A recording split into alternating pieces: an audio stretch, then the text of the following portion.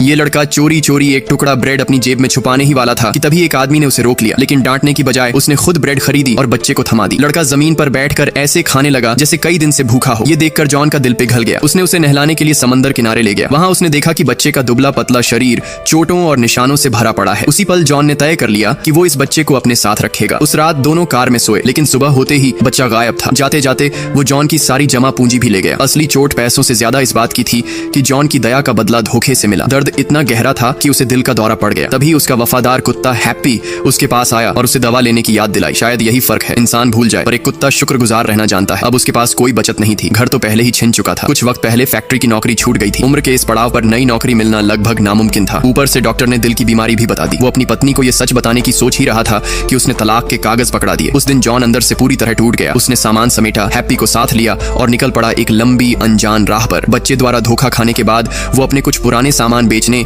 Second hand shop गया, लेकिन दुकानदार ने हाथ जोड़कर मना कर दिया। मायूस होकर जब वो कार में लौटा तो देखा कि हैप्पी दर्द से सिकुड़ा पड़ा है। वो तुरंत उसे अस्पताल ले गया। इलाज के बाद हैप्पी तो बच गया, लेकिन इलाज के भारी खर्च ने जॉन को बेहाल कर दिया। मजबूरी में उसने फिर वही सामान दुकानदार को दिखाया और इस बार दुकानदार ने खरीद लिया। मिले हुए पैसों से उसने बिल चुकाया और थोड़े पैसे सफर के लिए बचा लिए। जाते जाते उसने हैप्पी को खाना खिलाने के लिए एक कैफे से थोड़ा सा खाना खरीदा। बातचीत के दौरान पता चला कि कैफे का मालिक भी कुत्तों से बहुत प्यार करता है। जॉन ने सोचा शायद यही हैप्पी के लिए अच्छा घर होगा। उसने उसका नाम लकड़ी के डॉग हाउस पर लिखा, मुस्कुराकर अलविदा कहा और पट्टा मालिक के हाथ में देकर बिना पीछे देखे चला गया। लेकिन जैसे ही कार स्टार्ट की, हैप्पी जोर जोर से भौंकने लगा। जॉन ने आदेश दिया कि चुप हो जाओ, मगर वो मानने को तैयार नहीं था। रस्सी तोड़ने की कोशिश करता रहा, सिर्फ इसीलिए कि अपने मालिक के पास पहुंच सके। ये देख जॉन की आंखों से आंसू बह निकले। आखिरकार वो हैप्पी को छोड़ नहीं पाया, मगर अब उनके पास कुछ नहीं था। कार में पेट्रोल तक खत्म हो चुका था। जॉन हैप्पी को साथ लिए इधर उधर खाने की तलाश करता रहा। जो भी कचरे में मिलता उसी से खाना बनाकर दोनों गुजारा करते। धीरे धीरे सर्दी और भूख ने जॉन को कमजोर कर दिया। उसकी बीमारी भी बढ़ती गई। एक दिन जब उसने महसूस किया